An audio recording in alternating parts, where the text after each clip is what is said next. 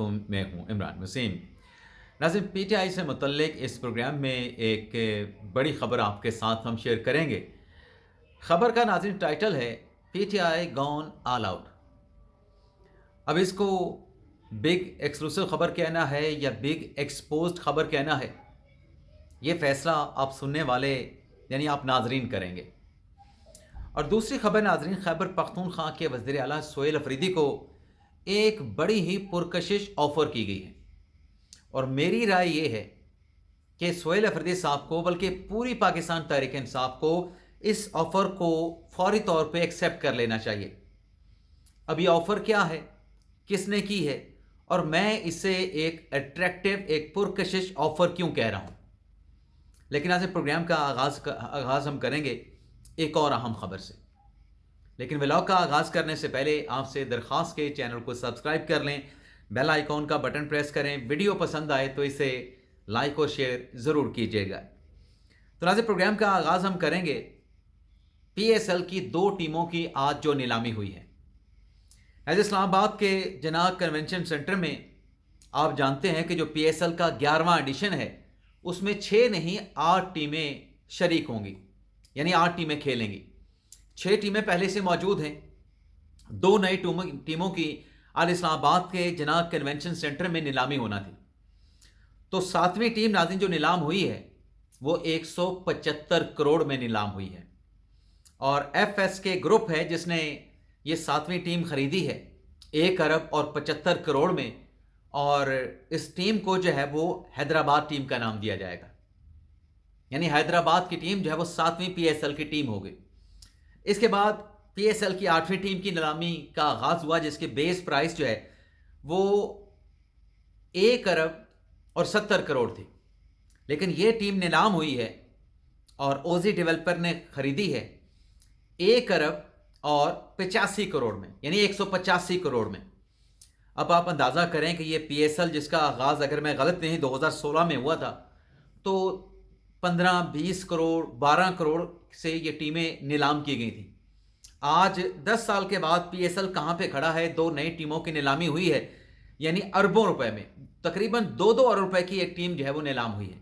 क्योंकि दोनों टीमों की नीलामी से 3 अरब और 60 करोड़ रुपए सालाना इन 2 नई टीमों से, यानी 7वीं पीएसएल की टीम से, 8वीं पीएसएल की टीम से, जो कि पहली हैदराबाद दूसरी सियालकोट की टीम है, सालाना ये दोनों टीमें, इनके जो ओनर्स हैं, जो मालकान हैं, जो ग्रुप्स हैं जिन्होंने ये टीमें खरीदी हैं, सालाना 3 अरब और 60 करोड़ पीएसएल को अदा करेंगे।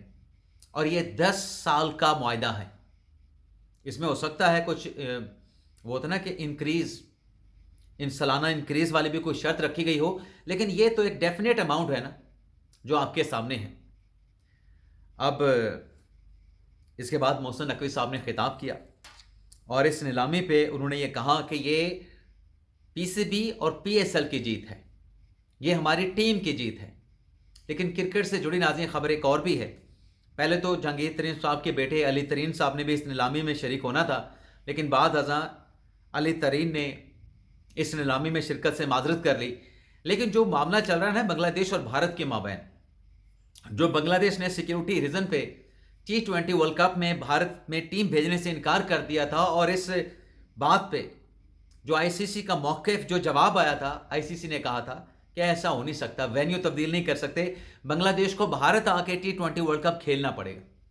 अब बांग्लादेश ने एक मरतबा फिर आईसीसी को ख़त लिख के कह दिया है कि सिक्योरिटी रीज़न की वजह से और अपनी इज्जत, अपनी रिस्पेक्ट और डिग्निटी की वजह से हम बांग्लादेश की क्रिकेट टीम को भारत नहीं भेजेंगे। आईसीसी अपने फैसले पे रिव्यू करे। तो बांग्लादेश का क्रिकेट बोर्ड, बांग्लादेश की हुकूमत अपने फैसले पे डट गई है कि टीम को भारत नहीं भेजना। अगर मुस्तफिजुर रहमान को सिक्योरिटी ना दे के कोलकाता नाइट राइडर की टीम से निकाला जा सकता है, तो फिर हम अपनी टीम क्यों भेजें। अब देखते हैं, बांग्लादेश जैसे कह रहा है कि उनके जो मैचेस हैं वो न्यूट्रल वेन्यू पे मुंतकिल किया जाए, तो क्या आईसीसी ये करेगा। अब बॉल जो है वो आईसीसी की कोर्ट में है। अब नाज़रीन सियासी खबरों पे आते हैं। पहले तो बात कर लेते हैं सोहेल अफरीदी साहब, उनको क्या ऑफ़र की गई है। सोहेल अफरीदी साहब के करीबी रहनुमा शाहिद खट्टर साहब कराची पहुंच चुके हैं। कल 9 जनवरी से उनके दौरा कराची का आगाज़ हो जाएगा। सुहेल अफरीदी साहब वहाँ पे जाएंगे। लेकिन दौरा लाहौर में एक बात कही थी सुहेल अफरीदी साहब ने, और एक ख़त भी लिखा था मरियम नवाज़ साहिबा को। अफरीदी साहब ने कहा था कि हमारे साथ अच्छा सलूक नहीं हुआ, गैर ज़रूरी हद से ज़्यादा हमें सिक्योरिटी दी गई। अफरीदी साहब ने कहा कि मैं मरियम नवाज़ को ऑफ़र करता हूँ कि आप पेशावर आएँ और वहाँ पे आके जलसा करें, आपको फैसिलिटेट करेंगे, आपको स्टेज बना के देंगे, दीगर सहूलतें भी आपको फराहम करेंगे, तो आप पेशावर में आके जलसा करें, हमें लाहौर में जलसा करने दें। तो उस चैलेंज पे जो कि सुहेल अफरीदी साहब ने मरियम नवाज़ साहिबा को दिया, एक पेशकश, एक ऑफ़र की सूरत में, इस चैलेंज को एक्सेप्ट किया है पंजाब के वज़ीर तालीम ने। पंजाब के वज़ीर तालीम राना सिकंदर साहब ने क्या ऑफ़र की है सुहेल अफरीदी साहब को, नाज़िम मैं ऑफ़र आपको पढ़ के बताना चाहूँगा, पढ़ के आपको सुनाना चाहूँगा कि नून लीग के रहनुमा ने, नून लीग के मिनिस्टर एजुकेशन ने अफरीदी साहब की इस ऑफ़र को कैसे एक्सेप्ट किया है। नाज़िम, राना सिकंदर साहब ने कहा है कि वज़ीर आला खैबर पख्तूनख्वा सुहेल अफरीदी को पेशकश करता हूँ कि वह मेरे हल्के में आकर जलसा करें, चार्टर्ड त्यारे का इंतज़ाम करके देने के साथ साथ, यानी सुहेल अफरीदी को राना सिकंदर साहब कह रहे हैं कि अपने हल्के में आने के लिए चार्टर्ड त्यारा भी करवा के दूंगा, उसका इंतज़ाम करूंगा और जलसे की इजाज़त मरियम नवाज़ से लेकर दूंगा। उसी रोज़ मैं भी उनके जलसे के सामने जलसा करूंगा। नहीं, राना सिकंदर साहब के हल्के में जो जलसा ऑफ़र करने की पेशकश की है, जलसा करने की जो पेशकश राना सिकंदर साहब ने किया अफरीदी साहब को कि एक तरफ आप जलसा करेंगे, आपके सामने दूसरा जलसा मैं करूंगा, और पता चल जाएगा। राना सिकंदर साहब कहते हैं कि फिर देखते हैं कि किसके प्रोग्राम में ज़्यादा लोग आते हैं। अब मेरे ख्याल से एक ऐसी ऑफ़र पंजाब के वज़ीर ने की है जो कि मरियम नवाज़ साहिबा के बड़े करीब हैं। मेरे ख्याल से अफरीदी साहब को ये ऑफ़र, बल्कि पूरी पाकिस्तान तहरीक इंसाफ को ये ऑफ़र फौरी तौर पे एक्सेप्ट कर लेनी चाहिए, क्योंकि ये ज़ोम है पीटीआई को, पीटीआई की क़यादत को, कि हमारी मकबूलियत है ना सिर्फ खैबर पख्तूनख्वा में बल्कि पंजाब में भी हमारी मकबूलियत इंटैक्ट है। तो ये ज़ोम जो है तहरीक इंसाफ का, इसको साबित करने के लिए, इस यकीन को साबित करने के लिए मेरे ख्याल से इस ऑफ़र को फौरी तौर पे डिले किए बगैर, किसी ताख़ीर के बगैर तहरीक इंसाफ की क़यादत को एक्सेप्ट कर लेना चाहिए। अब इस ऑफ़र के बाद देखते हैं भागता कौन है। क्या फरीदी साहब इस ऑफ़र को एक्सेप्ट करते हैं, और अगर एक्सेप्ट करते हैं, क्या राना सिकंदर साहब अपनी इस ऑफ़र के मुताबिक मरियम नवाज़ साहिबा से, चलें चार्टर्ड त्यारे को तो छोड़ दें, मरियम नवाज़ साहिबा से जलसे की इजाज़त लेके देंगे, और अगर ये हो जाता है और मैच पड़ जाता है, फिर देखना ये होगा कि जिनको मकबूलियत का इतना यकीन है, क्या वो राना सिकंदर के हल्के में, क्योंकि बात फार्म 47 की जाती है कि नून लीग के जो लोग जीते हैं वो फार्म 45 में हार गया, 47 में उनको जितवाया गया, तो यहाँ पे दूध का दूध, पानी का पानी हो जाएगा। तो एक अच्छी ऑफ़र है तहरीक इंसाफ को अपने बयानिए को साबित करने के लिए। मेरे ख्याल से किसी ताख़ीर के बगैर ये ऑफ़र एक्सेप्ट कर लेनी चाहिए। अब नाज़रीन आ जाते हैं, जो महमूद खान अचकज़ई साहब अपना काफ़िला लेके इस्लामाबाद से निकले थे लाहौर रवाना होने के लिए, लाहौर पहुँचने के लिए अवामी राब्ता मुहिम का नाम दिया गया, नारा ये दिया गया कि हम जुल्म मिटाने निकले हैं, आओ हमारे साथ चलो। अब आखिरी इत्तलात तक ये काफ़िला गुजरावाला पहुँच चुका है, और इस काफ़िले को लेके तहरीक तोफ़ीक़ यानी पाकिस्तान के इस काफ़िले को लेके कुछ दावे भी किए गए पीटीआई की तरफ से कि पीटीआई के रहनुमा अमजद अली ख़ान को गिरफ़्तार कर लिया गया, पीटीआई के रहनुमा ज़फ़र इकबाल गोंदर को गिरफ़्तार कर लिया गया, राजा नासिर अब्बास के बेटे को अगवा कर लिया गया, पुलिस उनके बेटे की गिरफ़्तारी से इनकारी है, और ये ख़बरें भी चली कि महमूद खान अचकज़ई के बेटे को भी हिरासत में ले लिया गया है। सोशल मीडिया पे कुछ वीडियोज़ आई जिसमें आपने भी देखा होगा, मैंने भी देखा, कि गुजरात खारिया में जो तहरीक तोफ़ीक़ यानी पाकिस्तान का जो डेलीगेशन था, उस डेलीगेशन में शामिल, काफ़िले में शामिल जो गाड़ियाँ थीं, उनके शीशे टूटे हुए थे, और एक नकाब पोस्ट जिसकी पुश नज़र आ रही थी, जितनी वीडियो मैंने देखी है, वो उन गाड़ियों के शीशों को तोड़ रहा है। अब ये कार्रवाई किसने की, किसने करवाई, कुछ हतमी तौर पे तो नहीं कहा जा सकता, लेकिन चूंकि चेहरा छुपा हुआ है, तो मेरे ख्याल से इस इंसिडेंट की जितनी मजम्मत की जाए उतनी कम है, और मरियम नवाज़ साहिबा को इस मामले पे फौरी तौर पे एक्शन लेके जो भी जिम्मेदार है, जो सामने था, नकाबपोश था, और जो भी उसके पीछे है, उन सबको मंजर आम पे लाना चाहिए, उनको कानून के कटहरे में लाना चाहिए। یہ آپس کی کوئی لڑائی بھی ہو سکتی ہے، لیکن اگر ہم مجموعی طور پہ بات کریں کہ جو قافلہ لے کے اچکزئی صاحب نکلے، جس میں راجہ ناصر عباس صاحب بھی تھے، جس میں ریحانہ ڈار صاحبہ بھی تھیں، جس میں پی ٹی آئی کے باقی لوگ بھی موجود تھے، کوئی امپیکٹ جو ہے، کوئی پازیٹیو امپیکٹ جو ہے وہ یہ قافلہ تحریک تحفظ یعنی پاکستان کا اب تک جو ہے وہ امپیکٹ نہیں ڈال پایا ہے۔ اور ملاقات بھی آج کسی کی نہیں ہوئی۔ 6 لوگوں کے نام آئے تھے، میں نے تو صرف مشتاق غنی صاحب کو اڈیالہ جیل کے باہر دیکھا اور کسی کی ملاقات نہیں ہو سکی۔ لیکن پاکستان تحریک انصاف جو آل آؤٹ کی خبر ہے، جو میں نے کہا کہ اس خبر کو ایکسکلوسیو کا نام دینا ہے یا اس خبر کو آپ نے ایکسپوز کا نام دینا ہے، P T I gone all out. ناظرین، جی ٹی آئی ایس پی آر نے جو پریس کانفرنس کی، اس پریس کانفرنس میں کیا کہا گیا؟ اس پریس کانفرنس میں کہا گیا کہ جو خیبر پختونخوا ہے وہاں پر دہشت گردوں کے لیے کنڈیوسو ماحول موجود ہے، انوائرمنٹ موجود ہے، لیکن یعنی مطلب یہ ہے کہ وہاں پہ دہشت گردوں کے لیے ماحول بڑا سازگار ہے۔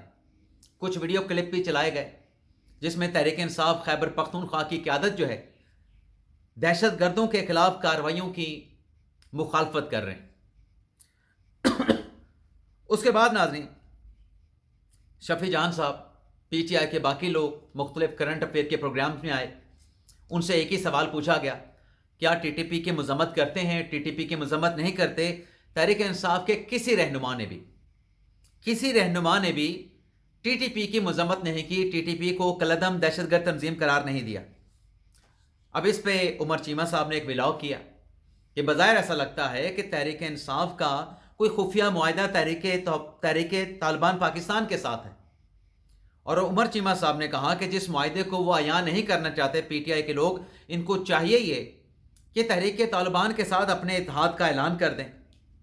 آج ناظرین، یہ جو D G I S P R فوج پاکستان کے ترجمان لیفٹیننٹ جنرل احمد شریف صاحب کی پریس کانفرنس کے بعد جو پاکستان تحریک انصاف کے لیے ایک مشکل صورتحال بن رہی تھی کہ اس کو لنک کر دیا گیا تحریک طالبان پاکستان کے ساتھ ایک الائنس کی صورت میں، یا اس کا گٹھ جوڑ ہے تحریک طالبان پاکستان کے ساتھ۔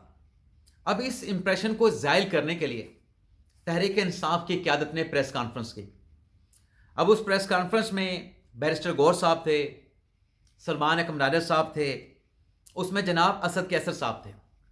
اب میں نے جتنی اس پریس کانفرنس کو سنا ہے، جو میں نے مختلف ویب سائٹ پہ جا کے خبریں پڑھی ہیں، جو ہمارے اپنے رپورٹر نے ٹکر بنائے ہیں، ان تمام ڈیٹیلز کو پڑھنے کے بعد میں یہ کہہ سکتا ہوں کہ یہ پریس کانفرنس بھی جو ایک سوال آ رہا تھا کہ تحریک طالبان پاکستان کیا کالعدم تنظیم ہے، کالعدم تنظیم نہیں ہے، اس پوری پریس کانفرنس میں پی ٹی آئی کی قیادت بیرسٹر گوہر صاحب، سلمان اکرم راجہ صاحب اور اسد کیسر صاحب، انہوں نے دہشت گردی کی مذمت تو کی کہ دہشت گردی کی ہم مذمت کرتے ہیں، دہشت گردی کو جڑ سے اکھاڑ پھینکنا چاہیے، لیکن تحریک طالبان پاکستان کے خلاف ایک لفظ تک نہیں کہا۔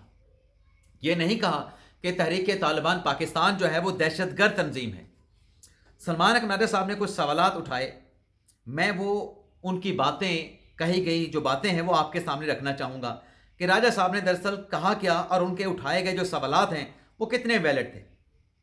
راجہ صاحب نے کہا کہ سرحدوں کی حفاظت کرنا ہمارا کام نہیں، سیکیورٹی فورسز کا کام ہے۔ یہ بات بالکل ان کی ٹھیک ہے، سرحدوں کی حفاظت افواج پاکستان کی ذمہ داری ہے، لیکن وہ دہشت گرد جو کہ خیبر پختونخوا میں موجود ہیں، ان کی سہولت کاری ہو رہی ہے، ان کو پناہ دی گئی ہے، ان کی پناہ گاہیں بنی ہوئی ہیں خیبر پختونخوا میں، لوگ ان کو پناہ دیتے ہیں، اپنے پاس گھر میں رکھتے ہیں، ان کے خلاف کارروائی کون کرے گا؟ وہ لوگ بھی تو ہیں نا جو آلریڈی خیبر پختونخوا میں آباد ہو چکے ہیں، آ چکے ہیں، آبادی میں گھس چکے ہیں، اور ان کی شناخت بھی موجود ہے، ان کی نشاندہی موجود ہے، ان کے خلاف کارروائی کون کرے گا؟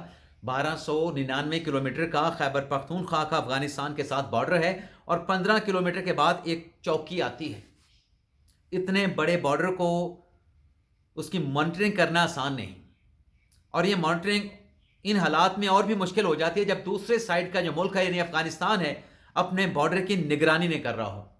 اس نے اپنا بارڈر اگر کھلا چھوڑ دیا ہے تو پھر یہاں پہ جو سیکیورٹی فورسز موجود ہیں، ایف سی ہے، یا فوج ہے وہ اس سارے بارڈر کی ان کے لیے نگرانی کرنا ناممکن ہے، لیکن پھر بھی ناممکن کو ممکن بنانے کی افواج پاکستان کوشش کر رہی ہے۔ لیکن جو خیبر پختونخوا میں دہشت گرد موجود ہیں ان کے خلاف کارروائی کس نے کرنی ہے؟ انٹیلیجنس بیس آپریشن تو انہی لوگوں کے خلاف کیے جاتے ہیں جو آلریڈی خیبر پختونخوا میں آباد ہیں۔ اور پھر کہتے ہیں کہ افغانستان حکومت سے ڈائلاگ کے بعد بانی پی ٹی آئی کرتے ہیں، یہ ڈائلاگ آپ کو کرنا پڑے گا۔ وہ افغانستان کے ساتھ بات چیت ہی کی تھی، ہمارے منسٹر گئے تھے، خواجہ آصف صاحب گئے، اسحاق ڈار صاحب گئے، باقی متعلقہ لوگ گئے، دوحہ میں مذاکرات ہوئے، استنبول میں مذاکرات ہوئے۔ یہ مذاکرات نہیں تو کیا مذاق ہو رہا تھا؟ مذاکرات ہوئے، مذاکرات میں کیا نکلا؟ اور ایک ہی ڈیمانڈ ہے کہ افغانستان کی سرزمین پاکستان کے خلاف استعمال نہ ہو، لیکن افغانستان اس نقطے پہ تحریری معاہدہ کرنے کے لیے تیار نہیں۔ اور پھر اگلی بات، D G I S P R نے کہا کہ دہشت گرد پیسے کے بھوکے ہیں تو سب کو مل کر ان علاقوں میں بے روزگاری کو ختم کرنا ہوگا تاکہ کوئی اس طرف نہ جائے۔ وہ دہشت گردوں کے پیسے کا بھوکا ہونے کی بات کر رہے تھے، وہ خیبر پختونخوا کے عوام کو بھوکا ننگا غریب نہیں کہہ رہے تھے۔ اور اگر خیبر پختونخوا کے ٹرائبل ایریا میں جو کہ اب ضم ہو کے پی کے بن چکے ہیں، کے پی کے کا حصہ بن چکے ہیں، وہاں پہ اگر غربت ہے تو اس کا خاتمہ خیبر پختونخوا تحریک انصاف کی صوبائی حکومت کی ذمہ داری ہے، آپ کی ذمہ داری ہے، راجہ صاحب کی، افریدی صاحب کی، عمران خان صاحب کی، سلوان اکرم راجہ کی۔ اور پھر وہ کہتے ہیں کہ پی ٹی آئی اپنے لوگوں کے ساتھ کھڑی ہے، ہم کسی کو بے گھر نہیں کرنے دیں گے۔ اور ایک داعش سے متعلق بھی سوال کیا جناب راجہ صاحب نے، کہ پریس کانفرنس میں حامد میر نے یہ سوال کیا داعش سے متعلق، اس سوال کا جواب نہیں دیا گیا۔ تو راجہ صاحب اس سوال کا جواب آپ سن لیں، کیونکہ بات یہ ہو رہی تھی راجہ صاحب کی گفتگو میں کہ داعش کو ہتھیار کون دیتا ہے۔ تو افواج پاکستان کے ترجمان نے واضح طور پہ کہا تھا کہ جو دہشت گرد ہیں، چاہے وہ داعش کے ہیں، چاہے ٹی ٹی پی کے ہیں، چاہے جتنی بھی کلدن تنظیمیں ہیں، ان کا اسلام سے، ان کا دین سے، ان کا بلوچستان سے، ان کا خیبر پختونخوا سے، ان کا پاکستان سے، ان کا مسلمان ہونے سے کوئی تعلق نہیں۔ یہ خارجی ہیں، ان کے خلاف لڑنا پڑے گا، لڑائی کے بغیر کوئی دوسرا آپشن نہیں ہے، ان کے ساتھ بات چیت نہیں ہو سکتی، یہ ہمارے بچوں کے قاتل ہیں، یہ واضح طور پہ کہا تھا۔ لیکن راجہ صاحب کہتے ہیں کہ سوال کا جواب نہیں آیا۔ دوبارہ سن لیں، اس سوال کا جواب بڑی کلیئرٹی کے ساتھ دیا گیا ہے۔ اجازت چاہتے ہیں ناظرین، اللہ حافظ۔ لیکن کہنا یہ تھا کہ وہ جس مقصد کے لیے پریس کانفرنس کرنے آئے تھے، کسی نے تحریک طالبان پاکستان کی مذمت نہیں کی، الٹا اس گرداب سے نکلنے کے بجائے پوری پاکستان تحریک انصاف دوبارہ اس گرداب میں پھنس گئی ہے۔